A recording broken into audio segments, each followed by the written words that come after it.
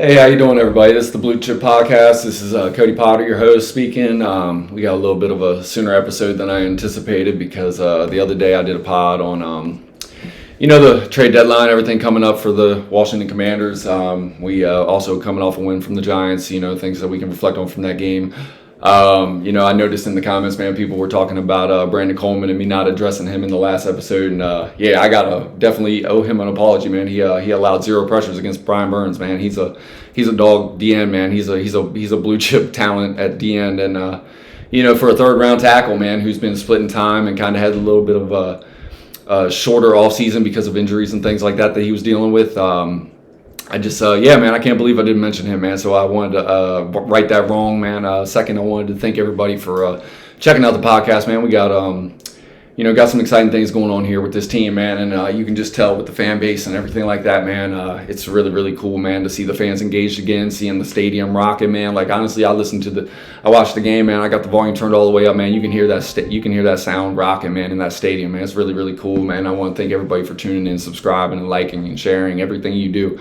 I've always wanted to make this a communicative back and forth kind of podcast, man. So, there were people that commented on it. I wanted to thank them and address them too personally. It's really, really cool, man, because, it just brings up topics, just like I said, man, checking me on like Brandon Coleman, not bringing him up in the last pod, things like that, man, so that's really, really cool. And, it's just, to be interactive with people, that, share the same passion, glory, everything like that. And, been through the hard times, bad times, for this team, the good things, all the way from Adam Peters, man, who I just got to, man, I got to say thank you, man, for bringing your family across country, doing things like that, man. You're doing a hell of a job over there with this team, man. And you and Dan Quinn and the staff that's been brought in, man, you and Newmark and everybody like that, man. I think you guys are doing a really amazing job, man, for somebody who just watches a really, really ton of football and just loves it and talks about it all the time. So, to get onto the show, man, the biggest thing is we were talking about Marshon Lattimore, the trade like that and everything like that. And, I brought up a bunch of reasons why, there were things like that, just being like a former teammate of at Ohio State with Terry McLaurin. I didn't even think about Noah Brown at the same time. I kind of forgot that was like the same era. Just guys you scout, man, you got notes on, you got things like that when you're a scout, So like I said, Marshon Lattimore for me was like one of my he's got my fifth highest grade from the D-back cornerback position that I've ever given. And, man, when you watch him in the Saints, man, he's still that same player, man. He's a dog. He's a physical tackler, man. He's a guy that play man up, man. Press man's run. True press man, dude. That's the guys that can step up on you at the line of scrimmage, man, put hands on you and redirect you and do things that you will and shadow that hip pocket, man. That's a truly special type of player that can do that, man. You got to have a certain type of attitude because you're on an island when you're out there, man, especially, against and if you're doing that, man, you're going up against the A.J. Browns of the world, the C.D. Lambs and the Justin Jeffersons, all these guys, man, these guys are special. So when, clearly you're a special player and it just, you see it every time, snap in, snap out with this guy. A little bit of injury, like I said, he's had some lower body injuries, man, but, sometimes I like to reflect that to, man, it's hard to be a really, really super talented player, man. You put everything you got into this type of, this game, man, that you're playing, and you put a ton of work in the offseason, man. And when you're on a team that you just don't believe in, man, it's really hard to be motivated, man. And, he still put on really, really good tape. So, people can talk about whatever, man, but it's, I'm not saying anybody faking injuries or anything like that. It's just a thing, man. It's like, man, it's hard to go out and sacrifice your body over and over and over again when you're physically actually hurt. And then when you don't even believe in the direction, man, sometimes that shit just wears on you. And I'm just really excited, man. I think he's really going to buy in, man. I look at the attitudes on this defense, and, I've said it time and time again about these guys, man, the Bobby Wagners, the Frankie Louvu's. Jonathan Allen's still in the picture, man, just because he's injured. That doesn't mean he's still in that building, man. Trust me, he's a leader, man. He wants to be there. But even just like rookies like Johnny Newton and, Mikey Sammerstill, who I'm going to go over quite a bit on this pod just because, I've talked about him being one of my favorite player in the whole draft last year, man. I liken him to a guy like Trent McDuffie, man. A blue chip player that I graded, man. If you go back over a couple years ago, man, when Trent McDuffie was a prospect, man, I gave him a blue chip grade, man. He was just that guy. He was that dude. And, Mikey Sammer still plays a little bit different type of ball, man. But, like, when you look at the mental aspect and, he's a little bit smaller, man, I tell you, he throws his weight around. And it's just the dog mentality that they bring to it, man. And, I'm just really, really excited, man, because when I think about this defense and now they have Now they have creativity. You have flexibility. Now you can play that press man on that guy on on 3rd and 2. You know, when they want to hit that little quick screen, man, you got a guy that can mirror that player, and it's their team's premier player.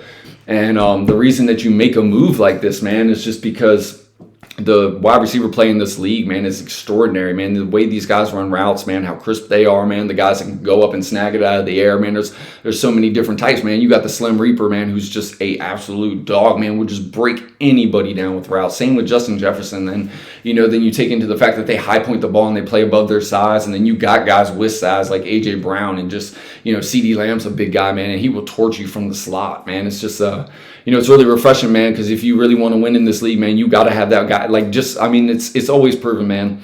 The teams that win the Super Bowls, man, they're looking for two things from like this matchup, man. The cornerback and then the wide receiver, man. Do you have the wide receiver that can break through any scheme? Like, no matter what defensive scheme, no matter what they're trying to do to him, if they're trying to play man, if they're trying to play zone, if they're going to double him high, low, whatever they're trying to do, you got to have the wide receiver that can break that coverage and still get that ball. He's got to be a dog. He's going to be a blue chip type talent. You need that type of player to win the Super Bowl, but it's the same thing on the other side. You got to have the guy that can hold that guy down, that allows you to do the things on the scheme outside of them. You know, so, dude, it's just, like I said, man, I'm super elated for this Marshon Lattimore thing, man. Like, dude, I was going crazy when I saw the news because I was like, man, I just pouted about that, man, and it was a really exciting time for me. You know, as it should be for all Washington fans, man. This is you know, man, like we've been through the gauntlet, man, and this is just really exciting to see this team get the right type of minds, like all the way from the top to bottom, man, from the ownership group, man. You never really knew what you were going to get with that, man, and it's really, you're just hoping and you're praying as a fan. And, man, this ownership group has exceeded expectations, man. I believe they learned a lot last year from losing, and I just see a culture of a group of owners, man, that they didn't buy this team to lose, man. And you just see it by everything that they've given, every asset that they've invested into this team, man. It's really exciting. It's really, really exciting, man, how, you know, just the things that they're giving to this coaching staff, this organization, allowing, you know, the GM and everybody in the football program to, you know, make the football decisions and stay out of the way, but give them every asset that they possibly could to give their team the best competitive advantage. So again, man, just, you know, like it's really cool to see this team make a trade like this, man, because it tells you about what they think about this team. You know, Marshon Lattimore, man, he's a dog, dude. He tackles, man. Like, the first thing I always look for a cornerback is, man, does he tackle? Does he tackle? What do you look for in corners, man, to make them blue chip? Well, it's, do they tackle first and foremost? Like, if they do not tackle, man, you cannot win with them. It's very hard to do it, especially at this level, man. So it's just something that you can't have questions on in their game, man. Like, you can't have that effort question. It's not even effort for most of the time, man. Sometimes it's just that mentality to get in there. And, you know, when you got guys in this league like Derrick Henry and these running backs, man, they're special. You got elusive guys, you got big guys, and, you know, man, the cornerback ain't willing to stick his head in there and get guys down, man. You know, it's a liability at some point, and it will cost you. And you see it week in and week out in the NFL. You see it hurt teams. You know, so then, you know, you factor in guys like Mikey Sanders still, like I said, man, he's another smaller guy, but he throws his weight around, man. He's always willing to put his body on the line to make the play. You know, for the betterment of the team, he's playing out of position right now, man. He's been playing outside corner. Man, you see that he plays at almost what I would call basically a fringe Pro Bowl level as a rookie, playing outside the box, where this isn't even the best way to utilize his skill set. It's just really, really exciting for me, man, because now they get to play with Mikey Sanders still, man. Like, I swear by this, man. And you don't call me, you can tell me I'm wrong if it happens, but I don't believe it will, man. I think this guy's a future All-Pro here, man. This guy's a dog. Then you got like the Jeremy Chin lurking back there, man. Now you can be super creative with how you want to do things inside the box and back end, and, you know, show a blitz with this player and then back him off into coverage, but maybe swing the safety. Like, from Jeremy Chin's aspect, he's lined up a little bit back at the back end, and then you just see him at the last minute break on a play, man. It's just, now you can be so diverse with this defense with these type of players on the back end. And all of them tackle, dude. St. Juice tackles. It's even great for, like, that's what I mean, man. Just, it's another reason, it's another player benefiting from this type of move. It's Benjamin St. Juice, who's always right where he's technically sound. He's always where he needs to be. He communicates well. Marshon Lattimore communicates well, man. It was always really obvious when I watched him on tape that he communicates with the back end very well. When he's going to take a chance and things like that, man. That's something that if you watch one Michigan game or one game here as a Commanders fan with Mikey Sanders still, man, you just see these things over and over. Constantly see him talking from player to player, man. Bobby Wagner, like, you know, like looking back at like like Juan Martin, and you're like, hey man, hey, I'm going to do this on this play, or hey, this guy's coming right here, you just be here, I got this. It's letting guys cross in front of them and staying in the right position, man. Now you get even more physical because, Noah Igbenamani has been playing really, really good ball from the nickel position. You have a better player, better suited at that roster position, playing outside right now. Well, now you can kick him inside, and you can still move Mikey outside. You can mix and match however you want.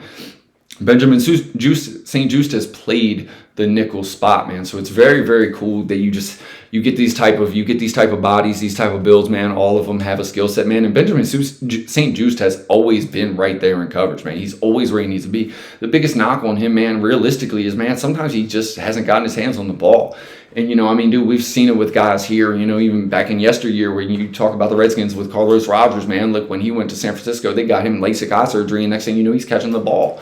So, it's just like, it's always just a thing, man. Sometimes it's just a tick off or a tick here or a tick there or a penalty here and kills something or takes back an interception. It cost us this week. Juan Martin got a pick and they called up pass interference for a hook on Mikey. It's a play that's going to happen, man, especially when you got him lined up against a big body tight end like that.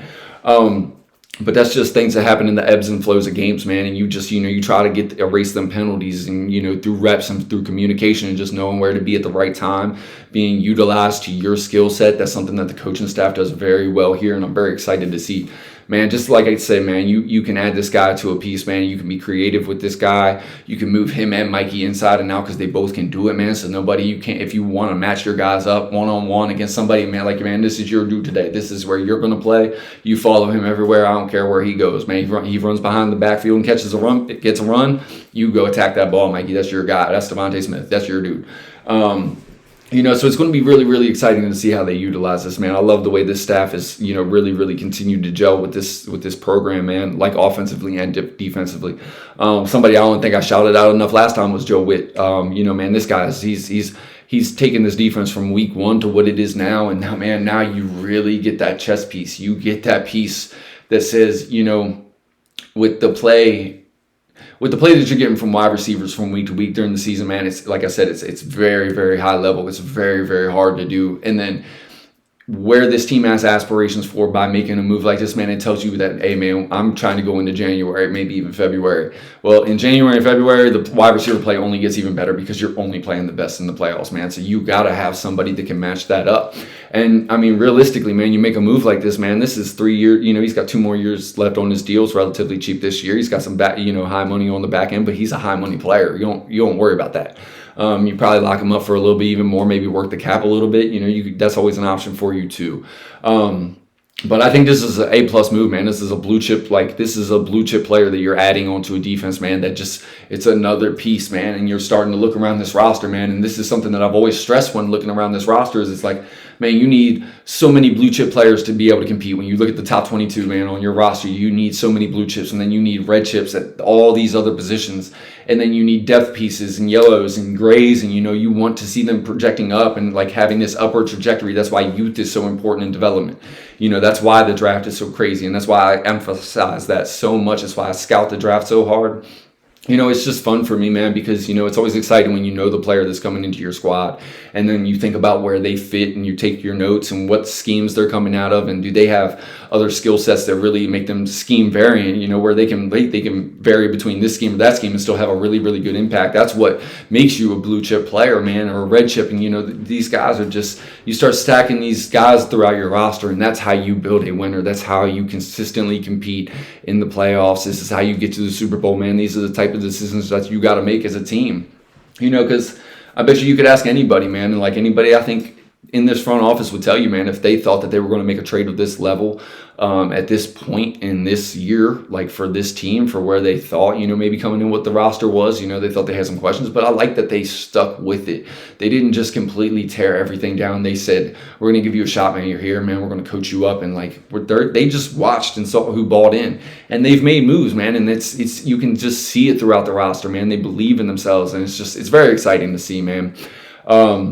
Which is why I'm just, whether it's this week against Pittsburgh, it really doesn't matter. Whether it's the week after against Philly, you really would hope that he can be out there against A.J. Brown, man. You're not going to see the things from him the first week, second week, maybe even third week that you're going to see from him, towards the end of the season, man, when you're, hopefully, from the record that we have, hopefully we continue to win, keep building upon that, keep, gaining chemistry in the locker room, man. I always say from 1 week to the next, man, focus on two things. Focus on two aspects from the week before and try to grow in them two aspects from 1 week to the next, man. And if you continue to stockpile improvement and improvement, and you keep improving on in different phases and different aspects of your craft, every week, man, you're going to continue to develop. You're going to continue to get better. So as a team, that's what you really want to see, is just how they gel, how they communicate. Can they continue to grow in those aspects, man? Can they stop making this player, can this hole not be there, because now they know how to stunt properly next to each other, man. It's just chemistry and getting through it, playing through injury, and just,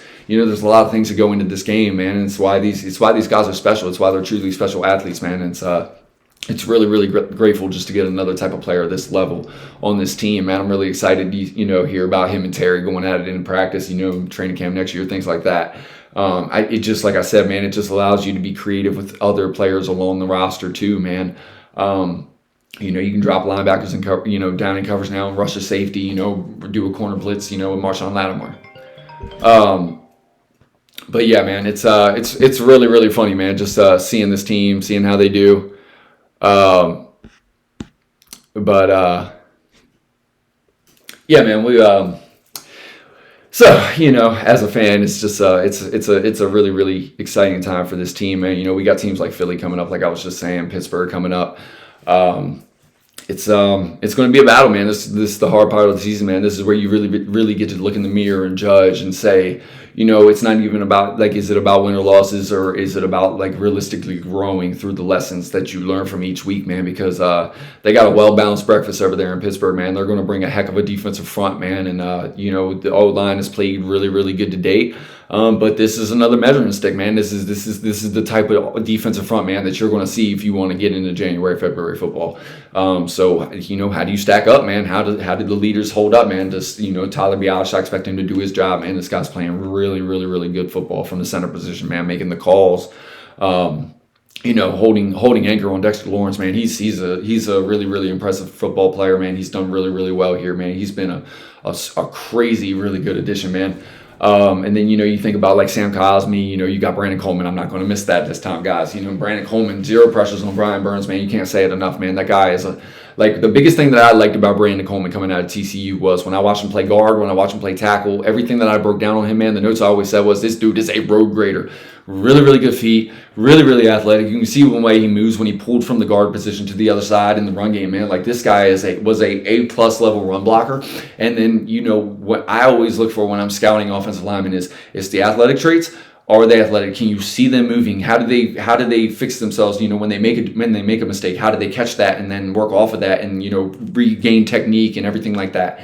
On a rep that they probably should have lost, man. Usually, if you lost a rep, man, you're getting beat, especially in the NFL level. So, in college, it's about do they have the athletic ability to repair the rep, even though they kind of messed up on the first part? Did they catch it? Regain technique, form, get balance, and do their job. He was really, really good at that in the run game. And then his pass blocking, he still worked well. I think the biggest knock on him is he just didn't play full-time tackle. It was better for the team for him to move into guard at some point last year. And it's just I think it's hard, to give a guy a first-round grade or something like that, because, like, when I watched the guy on tape, I was like, man, how's this guy not getting a first-round grade? But it's like, okay, maybe I'm a little crazy. You start checking yourself. You're like, okay, you're looking at all the other tackles, and they're really, really talented too. But then, I had questions about a lot of the other tackles because of limited reps. Same thing I look at with quarterbacks and things like that really I prioritize when I'm scouting. It's like, how many reps do you have? How many games have you played? Like, how many times have you been in bad situations and put on bad tape and then improved upon them things? And the more you see about that through the years, man, that really gives you a grade on what you're scouting. It gives you a deep dive into the player, even though you can't talk to him as a scout. Sometimes, if you don't work for the teams or things like that. So, it's about seeing improvement over rep, year over year over year. And then, you look at a guy like this, like Brandon Coleman, man, he's from the DMV area, or at least born, I think, that way. I think it was listed as like Newport News is somewhere where he's from. So that's a DMV guy, man. That's where D'Angelo Hall came from, man. Allen Iverson, we all know. If you're from the DMV, So, where Newport News is. And Michael Vick, one of the best quarterback players to ever do it, man. As far as his skill set and just, things, talk about the career, whatever. But Michael Vick was a special talent. And then again, man, it's just it's going to be really, really exciting to see Brandon Coleman continue to develop in this trajectory going forward, man. I think this is probably the time in the season where you say, okay, man, he's past the injuries from preseason, things like that. You just need him to stay healthy, man, stay out there, continue to develop, man. And this is a really, really good, gauge game. We don't say that since Ron Rivera, because he kind of wore that shit out, but. And best to Ron, but it's like it is a measuring stick game. That's what it is, man. You're going to judge every player by what they play, man. And this is the type of opponent you want to go against to put film on tape, because you're win or lose, you're still looking to get better next week. You're still looking to get better in game. You're still looking better at the next rep. So realistically, man, when you go against a defense like this is what you want to measure yourself on. This is the type of matchup that you are really, really going to stress when you're breaking down the film on Monday and being honest with yourself and looking at yourself in the mirror and saying, man, I need to do this better, or this is what they keep doing when I'm in this set, and this is what I got to do to fix it. This is how I got to correct it. The coaching staff's going to obviously work on techniques and things like that, and it's just one big thing that gels together. So, another matchup that I'm looking to see, man, is can we run on this team, man? Can we run?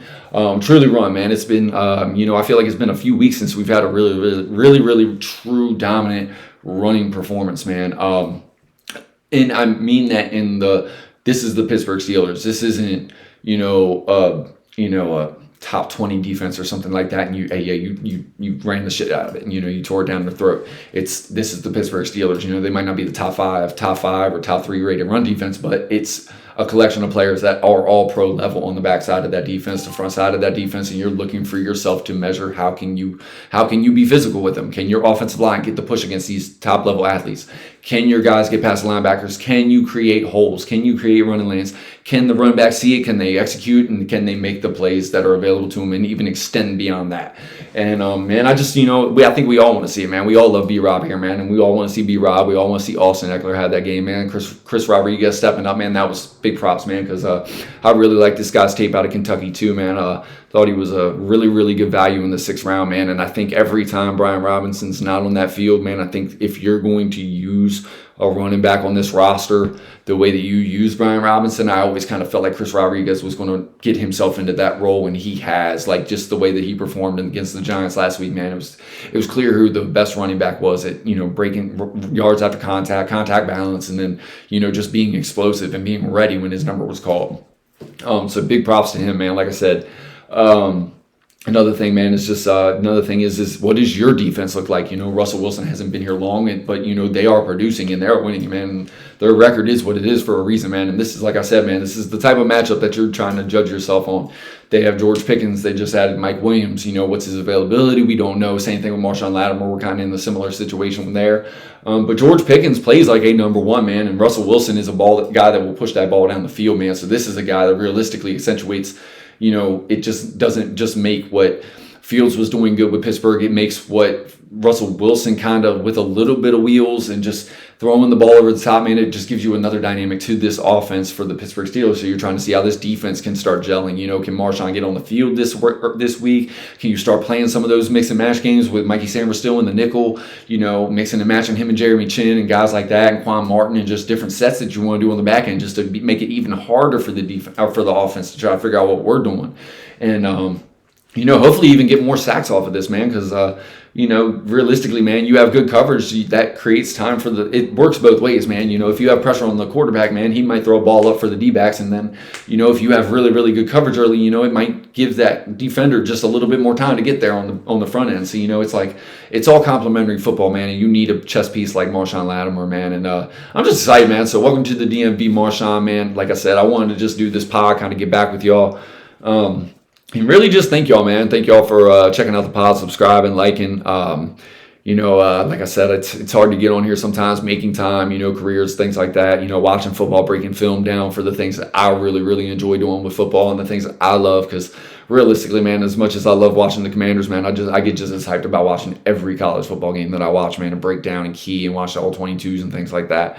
So I'm really, really excited, man, for like things. I'm going to do some little bit more breakdowns on college, things like that. I'll probably get that guys out to you as soon as I can.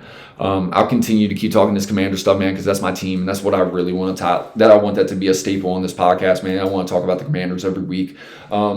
And then just like I said, man, incorporate college players. Like I said, man, this was definitely a Marshawn Lynch. Give him his flowers, man. Just say welcome, thank you. And again to AP and Dan Quinn and them guys working on this staff, man. I listened to their audios today, man, about what they thought about the trade, and the things like that, and just answering questions to the press. And yeah, man, they know what they got, man. They're very excited, man. These guys are freaking some of the smartest, best football minds that you could possibly have in an organization. And they're working together, man, and you just see the chemistry, and then you see the job that they're doing, keeping it together for this team, man. It's really, really exciting. So again, man, like I said, thank you guys for checking out the Blue Chip Podcast by fans for fans. So hopefully you guys keep commenting, and subscribing. Like I said, man, ask me questions, man. I'll put it on the next pod. I always love talking football. Really enjoy you guys being, interactive with me. And thank you guys. Have a blessed day. Peace.